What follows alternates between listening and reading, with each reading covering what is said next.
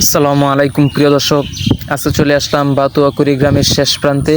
তো ওই শেষ প্রান্তে একটি বাড়ি ছিল।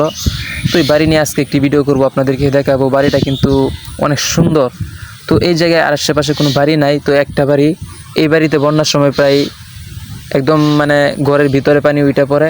তো এই বাড়ি নিয়ে আজকে একটি ভিডিও করতেছি। তো আমার সাথে আরও অনেকজন ছিল, তারাও বলতেছে যে একটা ভিডিও করার জন্য। তো তাদেরকে নিয়ে দেখেন ড্রোনটা আমি ফ্লাই করলাম এবং তাদেরকে নিয়ে ভিডিওটা করতেছি। তো এই বাড়িতে কিন্তু মনে করেন পানি ওঠে, তবে এটা অনেক রিস্কের একটা জায়গা, ওইদিকে আবার নদী আছে। তো এই বাড়িটা কিন্তু অনেক সুন্দর দেখা যাইতেছে, দেখছেন। তো আপনাদের কাছে এই একটা বাড়ি কেমন লাগতেছে অবশ্যই কমেন্ট করে জানাবেন।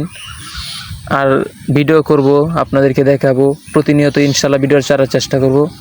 তো দেখছেন কি সুন্দর দেখা যাইতেছে প্রাকৃতিক দৃশ্য, এবং ওই বাড়িটা কিন্তু সত্যি অসাধারণ লাগতেছে। তো ভিডিওটি কেমন হয়েছে অবশ্যই কমেন্ট করে জানাবেন। যদি ভালো লাগে তাহলে অবশ্যই আমার এই পেজটা ফলো করে দিবেন। তো এখন আস্তে আস্তে ড্রোনটা আমি নিচের দিকে নামাইতেছি, দেখেন বাড়িটা কিন্তু অস্থির লাগতেছে, দেখছেন। এই কিছুদিন আগে পানি হয়েছিল, পরে এই যে এই বাড়িগুলার প্রায় যে দেখতেছেন যে এখানে দাঁড়ায় রয়েছে, ওই জায়গায় কিন্তু পানি চলে আসছে। ভিডিওটি আর বেশি লম্বা করব না, ছোট একটি বাড়ি নিয়ে ভিডিও বানিয়েছি, তাই শর্টস করে বানাইলাম।